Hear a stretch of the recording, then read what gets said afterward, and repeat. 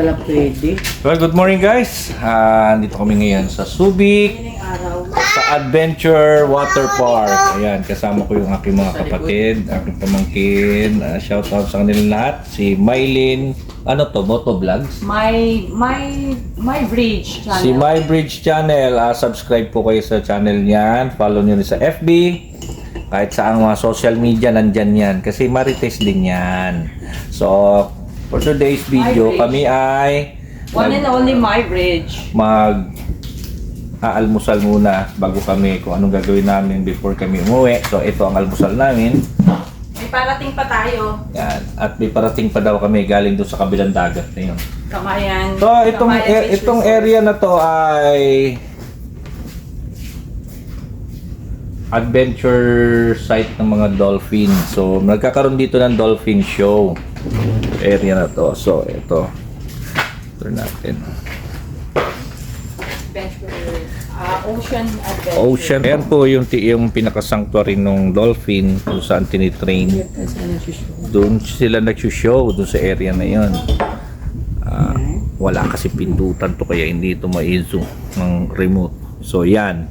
Yan sila nag-show. Yung mga dolphin umaakyat doon sa taas, nakikipagkamay sa mga tao. Tapos babalik sa tubig.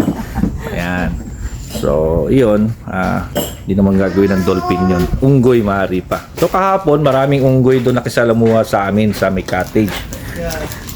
Bawal lang talaga sila pakainin kasi nawawala yung fear nila sa tao. So, minsan, pagka wala na sila makita na pagkain, hahablutin ka. Kung ano yung mga bagay na nasa katawan mo, kukunin. Yung mga gamit mo, yung mga alahas, ganyan. Tapos pag wala talaga, tututukan ka nila ng kutsilyo. Kung kaya baril, kukunin yung pera mo, wallet mo.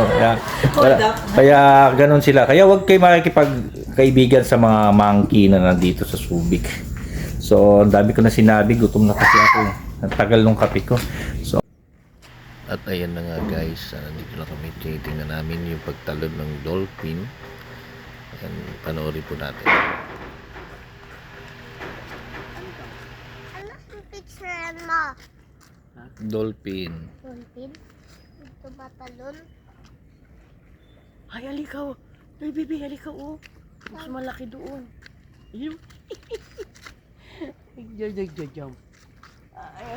At yan lang po ang ating video for today mga guys. Salamat. Bye bye.